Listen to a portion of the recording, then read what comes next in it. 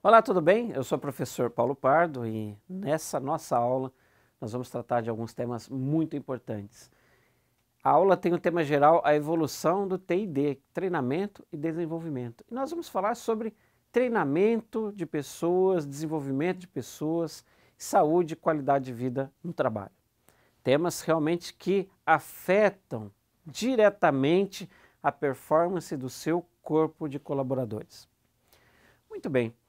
Se você trabalha numa empresa há pouco tempo ou há muito tempo, não importa. Você, quando entrou nessa empresa, provavelmente não sabia fazer muitas das atividades que acontecem lá, não é verdade? Talvez você tenha vindo direto da faculdade para essa empresa, ou talvez você tenha saído de uma empresa e entrado nessa nova empresa que é de uma área totalmente diferente. De qualquer forma, você não sabia todos os processos, todas as tarefas que eram requeridas de você. E para que você conhecesse e soubesse executar o seu trabalho, você recebeu algum tipo de treinamento. Lembra disso? Como é que foi o seu treinamento? Alguém sentou do seu lado e foi ensinando passo a passo o que você deveria fazer? Isso é muito comum. Uma empresa na qual eu trabalhei tinha um estilo de treinamento que era para inserção rápida do colaborador ali nas atividades do dia a dia. Eles chamavam esse treinamento de FASAP, que é fazendo e aprendendo. Quer dizer, a pessoa aprendia executando a atividade. Sentava, alguém sentava do lado dela e essa pessoa que sentava do lado dela ia falando, olha, abre aqui, clica aqui, faz tal coisa. E isso ia acontecendo, esse treinamento, à medida que o novo colaborador fazia o seu trabalho, como atendimento de pessoas ou algo dessa natureza. Funciona? Funciona. É meio traumático, de fato, porque uma pessoa que acaba de entrar numa organização, já botar ela para executar algo que ela não tem a menor noção como que acontece, com alguém do lado falando para ela como executar, pode trazer uma certa insegurança, mas a curva de aprendizado é realmente muito rápida. A pessoa aprende muito rápido. Eu não estou dizendo que esse é o melhor método, eu estou ilustrando como que as pessoas elas são inseridas no ambiente do trabalho e elas são capacitadas para executar uma atividade. Essa área de treinamento é uma área muito sensível nas organizações, porque treinar pessoas é caro. Essa atividade impacta diretamente no resultado financeiro. Então, se você é gestor e tem um orçamento para executar treinamento de pessoas, você deve tomar muito cuidado, porque está na sua mão transformar uma pessoa que não tem as habilidades necessárias em alguém pronto para executar o trabalho. E esse treinamento, ele deve visar o quê? Ele deve visar os objetivos da organização. Então, nenhum treinamento deveria acontecer por acontecer, simplesmente, vamos fazer um treinamento aí de qualquer coisa? Vamos. Para que vai ser usado aquilo? Qual é o objetivo? Quem vai ser treinado? Quanto vai custar? Quais são os resultados esperados daquele treinamento? Então, são perguntas importantes que precisam ser respondidas pelo gestor de treinamento e desenvolvimento e pelos gestores de área que demandam esse treinamento. Então, o treinamento é um assunto muito sério. Muito bem, então, sabendo que o treinamento visa capacitar o colaborador para executar as suas atividades de modo a atingir os resultados da organização, vamos entender como é que se faz treinamento. Eu ilustrei no início dessa aula como que algumas organizações fazem. Por exemplo, a técnica FASAP é uma forma de treinar pessoas, mas existem muitas outras. Nessa mesma organização, existia um treinamento que era feito totalmente por apostila. Você recebia a apostila, você lia a apostila, depois era levado numa sala, daí sem consulta era aplicado um teste, aí você respondia esse teste. Se você tivesse um certo número de questões corretas, você estava capacitado, tinha cumprido aquela etapa do treinamento, recebia um certificado que ia para o teu registro funcional, etc. Então, leituras é muito comum. É a melhor técnica, leituras? É uma técnica. É uma técnica que pode dar muito certo em alguns tipos de organizações. Mas não para todas. Por exemplo, serviços mais operacionais, em que se exige habilidades manuais, talvez apenas ler não seja suficiente. Talvez você vai ter que usar outras técnicas de treinamento. Tem outras técnicas? É claro que tem. Você tem, por exemplo, instrução programada, que é também uma forma de você treinar em que se utiliza algum tipo de recurso, como DVD, CD, etc., para que você faça o treinamento. Não está sendo assim tão popular mais esse tipo, mas algumas organizações ainda existem.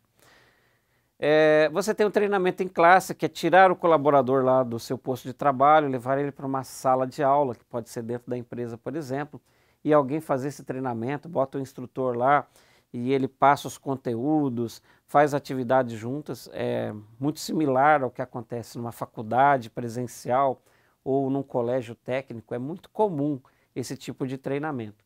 Você também tem um treinamento baseado em computadores, que ganha cada vez mais popularidade. Por quê?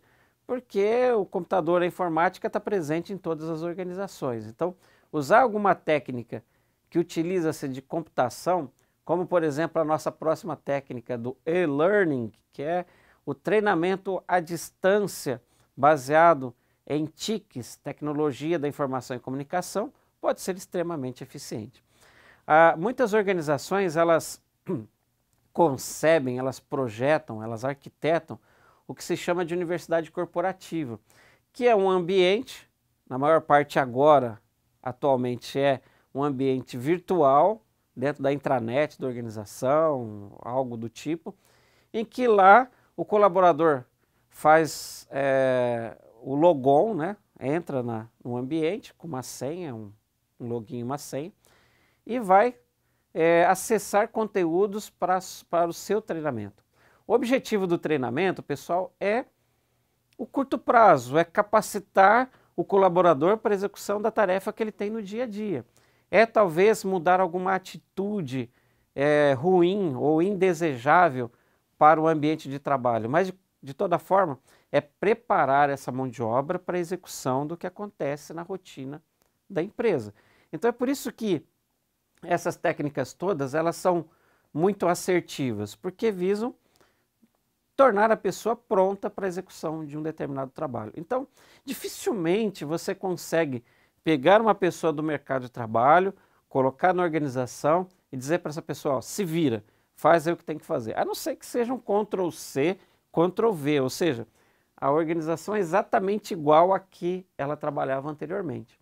Mesmo assim, ela vai precisar se adaptar à cultura organizacional, aos valores, à rotina de trabalho, enfim. Isso tudo precisa de quê? De treinamento. Então pense na hora de você projetar um treinamento na tua organização, que tipo de técnica é mais adequada para a sua realidade, dentro do orçamento que você tem disponível para treinar as pessoas, os seus colaboradores. E lembre-se sempre, não se faz treinamento por fazer. Eu acho bonito ter tantas horas de treinamento por mês. Olha, tem tantas horas de treinamento por mês e qual foi o resultado que se alcançou com esse investimento? Quanto de faturamento aumentou por você ter aplicado aquele treinamento? Então só faz sentido você pensar em treinamento se for para atingir os resultados da organização, ok? Tem uma outra área que a organização tem que se preocupar, que é com o desenvolvimento de pessoas. Então, tem o treinamento e desenvolvimento. Tem áreas na organização que chama T&D, treinamento e desenvolvimento. Mas qual é a diferença entre treinar e desenvolver? Parece assim muito igual, né? Esses conceitos, mas não são. Lembra-se que eu mencionei que o treinamento visa o curto prazo, deixar a pessoa pronta, preparada para a execução das rotinas do dia a dia, das atividades e das tarefas que ela tem que cumprir, visando o atingimento das metas organizacionais? Muito bem. No caso do desenvolvimento de pessoas, você também está preparando pessoas. Você está preparando pessoas, mas você não está visando o quê? O curto prazo. Você está visando o médio e longo prazo. Por que eu investiria recursos, orçamento da minha empresa visando o desenvolvimento de pessoas? Nós mencionamos em outro momento que nenhum empreendedor em sã consciência abre a empresa com a ideia de fechar amanhã. Isso não acontece, pessoal. Isso não acontece. Então ele quer que a organização se perpetue no tempo, que elas tenham uma sustentabilidade no tempo. Para ela ter sustentabilidade no tempo, o que precisa? De pessoas, ok? Isso já está claro. E essas pessoas elas têm que crescer junto com a organização. Mas você talvez tenha uma excelente pessoa, um excelente colaborador que executa muito bem uma determinada atividade hoje. Mas e se as coisas mudarem? E se a empresa for atuar em um novo segmento? E se ela for buscar um novo mercado? Essa pessoa está preparada? Ah, mas eu não vou buscar um novo mercado hoje. Eu não vou ter um novo produto hoje. Mas as pessoas têm que estar preparadas para o que virá à frente. Então a ideia do desenvolvimento é de tornar as pessoas capacitadas para esse crescimento de médio e longo prazo da organização.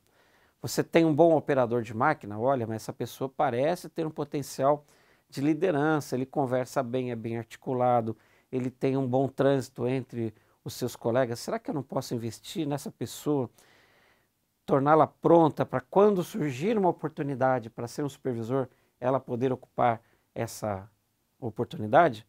Então você está desenvolvendo pessoas.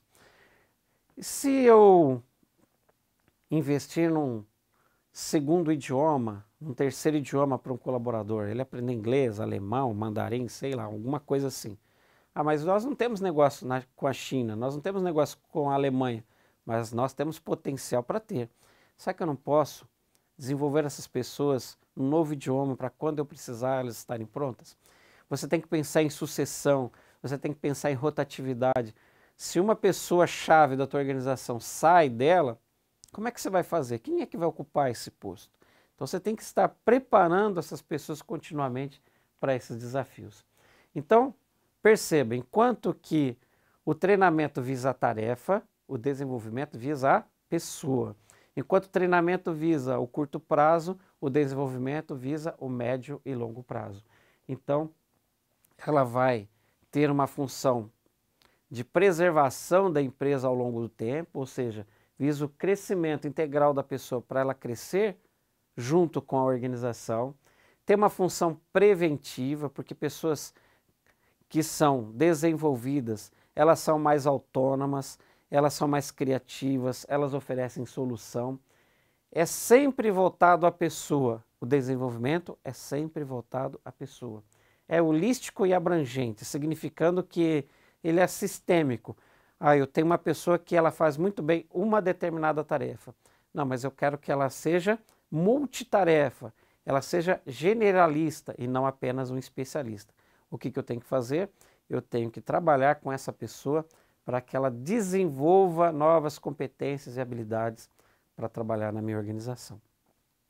Dessa forma, pessoal, eu treino e desenvolvo. E eu preciso me preocupar também com o quê? Com a qualidade de vida no trabalho. Imagine que num dia típico de trabalho você trabalhe 8 horas. Vamos lá. Imagine que num dia típico de trabalho você trabalhe 8 horas. Bom, são 8 horas que podem ser o melhor do seu dia. A hora que o sol está quente, o dia está bonito, você está trabalhando. Então o melhor do teu dia, o filé mignon do seu dia, você está trabalhando.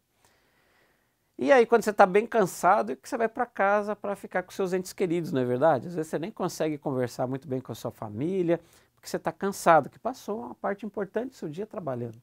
Agora veja, se você passa 8 horas ou 9 horas do seu dia num ambiente que é desagradável, que não tem uma ergonomia correta para você sentar ou mesmo de pé executar o seu trabalho, que tem uma iluminação ruim, que tem poeira, que tem barulho demais, enfim, a sua qualidade de vida vai se deteriorando. Tem leis, tem regulamentos específicos para doutrinar ambientes de trabalho, mas isso não deve ser por força de lei tão somente, pessoal. Isso deve ser uma preocupação dos gestores em promover a qualidade de vida no trabalho. As pessoas têm que se sentir bem, têm que se sentir confortáveis, elas têm que sentir que estão executando um trabalho num ambiente que está contribuindo para o seu bem-estar e não para o prejuízo da sua saúde. Como é que é a sua empresa nesse sentido? Pense sobre isso. Obrigado pela sua atenção.